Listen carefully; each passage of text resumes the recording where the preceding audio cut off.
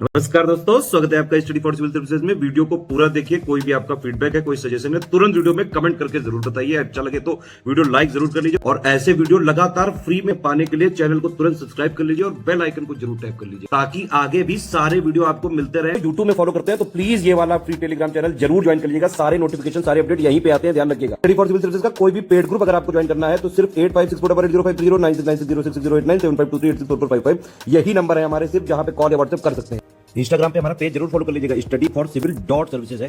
Twitter पे हमको जरूर फॉलो कर लीजिएगा, @studyforcivils है।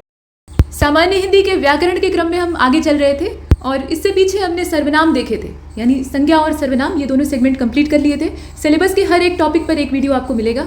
यहाँ हम देखेंगे वाच्य, और वाच्य यानी जिसे आप अंग्रेजी में वॉइस कहते हैं। परिभाषा ये हो सकती है कि यह क्रिया का रूपांतर है। क्रिया का जब रूप बदलता है, रूपांतर मतलब रूप का परिवर्तन, तो वहाँ वाच्य की आवश्यकता होती है, बल्कि वही वाच्य होता है। और इससे ये पता चलता है, देखिए इसमें खास बात है कि इससे ये पता चलता है कि वाक्य में किसके विषय में विधान किया गया है, मतलब किस चीज़ के बारे में कहा जा रहा है, किस चीज़ के बारे में प्रावधान है। कर्ता के विषय में विधान किया गया है कि कर्म के बारे में बात हो रही है। कर्ता और कर्म आप जानते हैं ना वाक्य में, तो कर्ता के लिए बात हो रही है कि कर्म के लिए बात हो रही है। क्रिया असल में किसके लिए काम कर रही है, किसको समर्पित है, ये चीज़ अगर हमें जाननी है तो हमें वाच्य सीखना पड़ेगा। और वाच्य क्रिया का रूपांतर है। इससे ज्ञात होता है कि वाक्य में क्रिया द्वारा कर्ता के विषय में कहा गया है कि कर्म के विषय में, वही बात रिपीट हुई। कर्ता, कर्म अथवा भाव, यहाँ ध्यान से देखें, कर्ता, कर्म अथवा भाव, ये तीन चीजें हैं। इनके अनुसार क्रिया के लिंग, वचन या पुरुष का होना, या तो वो कर्ता के हिसाब से होगा, या फिर कर्म के हिसाब से होगा, या फिर भाव के हिसाब से होगा। तो जिसके हिसाब से क्रिया का लिंग, वचन और पुरुष होता है, मतलब जो प्रथम पुरुष, उत्तम पुरुष और मध्यम पुरुष आप देखते हैं, तो वो वाला जो पुरुष होता है उसका भी होना ये वाच्य कहलाता है। मतलब ये तीनों ही चीज़ें, यहाँ आप तीन चीज़ों को देख रहे हैं, ये तीनों चीज़ें क्रिया का सहयोग करती हैं और क्रिया में भी इनकी मौजूदगी होती है। तो ये किसी एक के हिसाब से हो सकती हैं और उसी को हम पढ़ेंगे, मतलब किस रूप में रूपांतर हो रहा है, तो इसके लिए वाच्य का अध्ययन करना होगा। उदाहरण के तौर पर आप देखें, जैसे अनुप्रिया खाती है। अनुप्रिया नाम की एक लड़की है जो कि भोजन कर रही है, तो इसमें कर्ता कौन है? स्पष्ट है कि अनुप्रिया है, ये पहचानना बहुत आसान है। और उसी के हिसाब से क्रिया है। क्रिया क्या है? खाना। खाती है कोई क्रिया नहीं है, लेकिन आपको क्रिया का रूप बदलना पड़ा और यही है वाच्य। समझ रहे हैं ना? खाना क्रिया है, पढ़ना क्रिया है, चलना क्रिया है, लेकिन उसको हम लिंग या वचन के हिसाब से परिवर्तित करते हैं। जैसे चिड़ियाँ गाना गाती हैं, अब यहाँ हमें बहुवचन बनाना पड़ा उसका, यानी ये वाच्य जो है ये रूपांतर होता है क्रिया का। क्रिया जो है वो कर्ता के अनुसार अपना जब स्वरूप बदलती है या कर्म के हिसाब से अपना स्वरूप बदलती है, तो उसकी जो परिवर्तित अवस्था है उसको वाच्य कहते हैं। ये बार बार परिभाषा इसलिए दोहराई जा रही है ताकि आपके दिमाग में रहे और आप आसानी से पहचान सकें। इसके बाद आप देखें, मैं उपन्यास पढ़ता हूँ। अब यहाँ ये मालूम हो रहा है कि देखिए, ये जो मैं है कर्ता, ये क्या है? पुरुष है, और इसीलिए पढ़ना जो क्रिया है उसके साथ यहाँ पढ़ता हूँ। और काल का भी इसमें बोध हो रहा है। आप पढ़ते हैं ना प्रेजेंट टेंस में, ता, ते, ती, और रहा है, रहे कंटिन्यूअस में चलता है। था, थे, थी है तो वो पास्ट में चला जाएगा। होगा, गा, गे, गी होता है तो वो फ्यूचर में चला जाता है। तो वो काल का भी बोध यहाँ से होगा। मतलब तीनों ही चीज़ों को हमें मिलाना पड़ेगा, यानी लिंग, वचन और पुरुष। काल का मतलब यहाँ पे पुरुष से तात्पर्य है। और पुरुष में ऐसा नहीं है, देखिए वहाँ तो सेकंड पर्सन, फर्स्ट पर्सन और जो अनदर पर्सन की बात होती है वो तो है ही है पुरुष में, वो तो मेन चीज़ है। लेकिन वहाँ से हमें काल का भी बोध होता है कुछ हद तक, उसको हम बाद में इसमें डिटेल में एक्सप्लेन करेंगे। लेकिन कुल मिलाकर वाच्य की अगर बात की जाए तो वाच्य में ये दारोमदार होता है कि क्रिया किस रूप में बदलेगी, ये कर्ता पर निर्भर करता है और कभी कभी कर्म पर निर्भर करता है। तो यहाँ देखें, मैं उपन्यास पढ़ता हूँ, क्योंकि मैं जो है वो पुरुष है, तो उसी के अनुसार क्रिया यानी पढ़ना जो क्रिया है वो पढ़ता हूँ में तब्दील हो गई। और लड़के भागते हैं। अब एक लड़के की बात नहीं हो रही है यहाँ, जो आपका कर्म है, माफ कीजिए, करता है। लड़के जो है वो ही करता है, भागने का काम कर रहे हैं, तो वो एक से ज़्यादा है, बहुवचन है, तो इसलिए भागते हैं। ये नहीं लिखा गया है कि लड़के भागता है, तो गलत हो जाएगा वाक्य। वाक्य में जो अशुद्धियाँ होती हैं उनको पहचानने के लिए ये सब काम देगा। तो बहुवचन है, पुल्लिंग है, तो उसी के हिसाब से हमने क्रिया का रूपांतर किया। लेकिन अब वाच्य के भी प्रकार होते हैं। ये तो हमने एक सामान्य परिभाषा देखी और ज़्यादातर काम का यही होता है। इतना अगर आपका कॉन्सेप्ट क्लियर है तो बहुत सारे प्रश्न आपके सही होंगे। लेकिन अब प्रकार अगर हम पढ़ें तो इसमें तीन प्रकार होते हैं। कर्तृवाचक होता है, मतलब कर्तृवाच्य होता है असल में, और कर्मवाच्य होता है, भाववाच्य होता है। कर्ता के हिसाब से अगर क्रिया का रूपांतर हो रहा है, सिंपल आप जान लीजिए, पहचान भी आप रहे होंगे। कर्ता के हिसाब से अगर क्रिया रूपांतरित हो रही है, उसका स्वरूप बदल रहा है, तो इसको हम कहेंगे कर्तृवाच्य। ठीक। और अगर कर्म के हिसाब से यानी ऑब्जेक्ट के हिसाब से उसका रूपांतर हो रहा है तो उसे कर्मवाच्य कहेंगे। अगर भाव के हिसाब से वो बदल रही है, उसका स्वरूप बदल रहा है, तो उसको भाववाच्य कहेंगे। सीधी परिभाषा है। मतलब कर्म प्रधान रहेगा तो कर्तृवाच्य हो जाएगा, माफ कीजिए, कर्ता प्रधान रहेगा तो वो कर्तृवाच्य हो जाएगा, और कर्म प्रधान रहेगा तो वो कर्मवाच्य हो जाएगा। भाव प्रधान रहेगा अगर वाक्य तो वो भाववाच्य में चला जाएगा। एग्जाम्पल अब सिर्फ देख लीजिए, परिभाषा इसमें पढ़ने की आवश्यकता नहीं है, वही रटंत विद्या है। देखिए, विमला पुस्तक पढ़ती है। अब यहाँ आप ध्यान से देखें तो ये कर्तृवाच्य है, क्योंकि कर्ता ही इसमें प्रमुख है।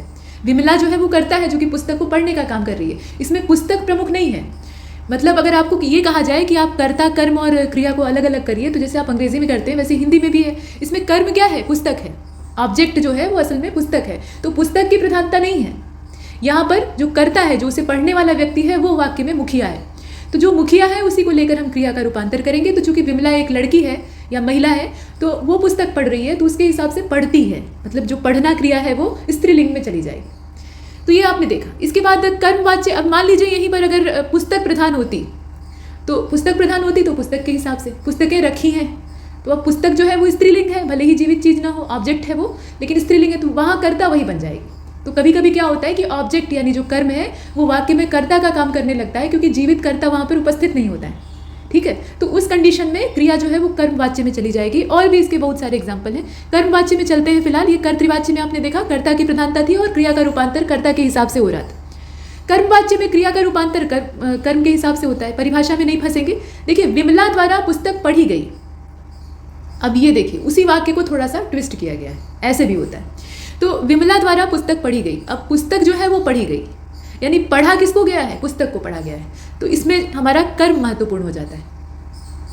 ठीक है, यहाँ पर कर्म महत्वपूर्ण हो जाता है, और कर्म यानी पुस्तक के हिसाब से ही हम क्रिया का स्वरूप बदलेंगे। तो पढ़ी गई, ये जो क्रिया है ना, ये विमला के हिसाब से नहीं है, ये पुस्तक के हिसाब से। तो इस तरह का जब वाक्य आता है तो ये कर्मवाच्य में तब्दील हो जाता है। ठीक है, पुस्तक के आगे कोई चिन्ह नहीं है। इसमें यह कहा गया कि इस वाच्य में कर्ता के आगे से द्वारा कारक चिन्ह लग जाते हैं, मतलब विमला के द्वारा या विमला द्वारा पुस्तक पढ़ी गई, तो द्वारा मतलब उसके माध्यम से।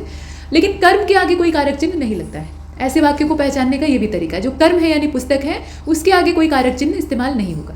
तो ठीक है, पुस्तक के आगे कोई कारक चिन्ह है नहीं, आप स्पष्ट देख पा रहे हैं। बिना कर्ता के भी कर्मवाच्य बन सकते हैं, जैसा कि आपको पीछे बताया, पार्सल भेज दिया गया या पुस्तकें पढ़ी गई, है ना। पीछे आपको एग्जाम्पल दिया था, तो उस तरह का भी हो सकता है। मतलब कर्ता है ही नहीं है। तो जब कर्ता है ही नहीं है, मतलब कोई जीवित उसमें काम करने वाला व्यक्ति नहीं है, तो जो कर्म है वही असल में वाक्य का प्रधान हो जाएगा, वाक्य की प्रमुखता हो जाएगी। तो पार्सल भेज दिया गया, अब पार्सल को कर्म के तौर पे हमने यूज़ किया है और उसी के आधार पे हमने क्रिया का रूपांतर किया। तो दोनों ही कंडीशन हो सकती है। मतलब वाक्य में कर्ता मौजूद हो सकता है, उसके बावजूद हम उसे कर्मवाच्य में बदल सकते हैं, और कर्ता नहीं भी हो सकता है। कर्ता नहीं होगा तब तो विवशता है बदलना। इसके बाद अंतिम आता है भाववाच्य, और भाववाच्य में यह है कि जो भावना होती है, मतलब भाव होता है, मूल भाव होता है, उसके हिसाब से क्रिया का रूपांतर होता है। एग्जाम्पल के तौर पे, सर्दी में उससे खेला नहीं जाता। अब ये वाक्य है, सर्दी में उससे खेला नहीं जाता, और किसी से खेला नहीं जाता है, ठंडी बहुत लगती है, लेकिन यह है कि खेलना शुरू कर दीजिए तो शरीर गर्म हो जाता है। तो यहाँ आप देखें, यहाँ उससे कर्ता की प्रधानता न होकर केवल खेला नहीं जाता है भाव की प्रधानता है। खेला नहीं जाता है ये एक भाव है, इसको आप समझे, ये क्रिया नहीं है। खेलना क्रिया है, खेला नहीं जाता है ये मन का भाव है। मतलब आप मन में ये ठान लिया है कि ठंडी बहुत लग रही है, हम नहीं खेल पाएंगे, ये आपके मन में चल रहा है, असलियत नहीं है। आप अभी उठकर एक्टिव हो जाएंगे तो आप खेलने लगेंगे, तो वो क्रिया रूप में आ जाएगा। तो यहाँ भावना की प्रधानता है, तो कर्म तो है ही नहीं है। पहली चीज़, यहाँ खेलना क्रिया है, वो कर्म तो है नहीं, और उससे जो शब्द है वो असल में कर्ता है इसमें। तो कर्म यहाँ लुप्त है, और ऐसे में हम भाववाच्य को यहाँ प्रधानता देंगे, तो उसी के हिसाब से हम क्रिया का रूपांतर करेंगे। इसमें एक चीज़ और बताई गई है कि कर्तृवाच्य सकर्मक और अकर्मक दोनों तरह की क्रिया में काम करता है। कर्मवाच्य केवल सकर्मक क्रिया में काम करता है। ये पहचानना, जैसे अभी आप आगे जब क्रिया पढ़ेंगे तो क्रिया में सकर्मक अकर्मक क्रिया क्या होती है ये हम जानेंगे, तो उसके आधार पर भी आप इसे पहचान सकते हैं। ये एक ट्रिक हो सकती है। तो सकर्मक और अकर्मक क्रिया ये दोनों पाई जाती है किसमें? कर्तृवाच्य में। और वैसे भी कर्तृवाच्य को पहचानना आसान है। कर्मवाच्य में होता क्या है, इसमें सकर्मक क्रिया होती है, और भाववाच्य में केवल और केवल अकर्मक क्रिया होती है। तो प्रश्न कैसा आएगा? प्रश्न में आपको एक वाक्य दे देगा और कहेगा कि पहचानिए इसमें से वाच्य कौन सा है, ऐसे आपको दे देगा। ठीक, तो आगे चलते हैं। अब परिवर्तन भी होता है, इनमें आपस में भी अदला बदली चलती है। तो कर्तृवाच्य से कर्मवाच्य और भाववाच्य कैसे बनाया जा सकता है वो हम देख रहे हैं। जैसे एक ही वाक्य को 3 तरीके से लिखा गया है। अब देखिए, नीशु कविता रचती है। अब ये वाक्य है, मूल वाक्य असल में यही है। नीशु नाम की एक कवित्री हैं जो कि कविता रच रही है। लड़की नहीं कह सकते यहाँ, चूंकि वो कविता लिख रही है तो कवित्री कहेंगे।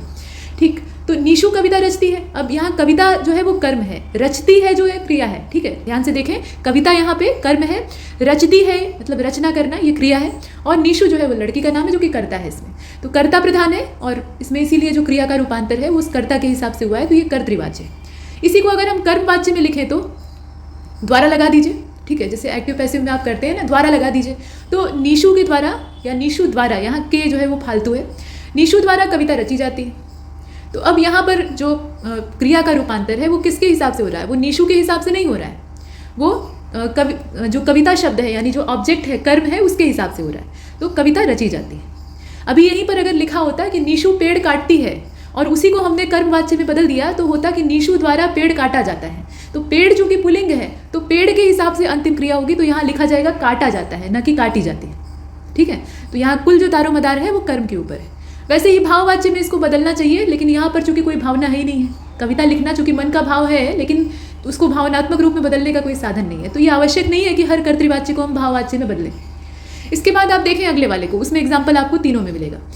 वह खा नहीं सका, वह जो है मतलब कोई व्यक्ति है जो कि पुरुष है, वो खा नहीं सका।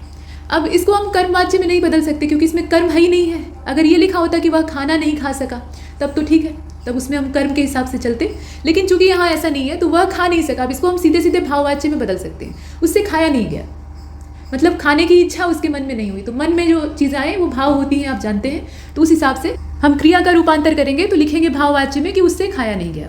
और इसके बाद आप देखें, सनुज ने अपने भाई को पीटा। आपने अनुज और मनुज नाम सुने होंगे, लेकिन ये सनुज है, थोड़ा अटपटा नाम है, कोई बात नहीं। तो सनुज ने अपने भाई को पीटा, सनुज ने अपने भाई को पीटा। इसमें पीटना जो है वो क्रिया है, सनुज जो है वो करता है और उसका भाई है ऑब्जेक्ट, जो कि बेचारा शिकार बन गया। तो ऐसे में यहाँ देखिए कर्ता की प्रधानता है पहले वाक्य में, तो सनुज जो है वो करता है और कर्ता के ही लिंग और वचन के हिसाब से क्रिया है, तो पीटा। ठीक, और यहीं पर अगर लड़की होती तो पीटी या पीटती है, ऐसे लिखते।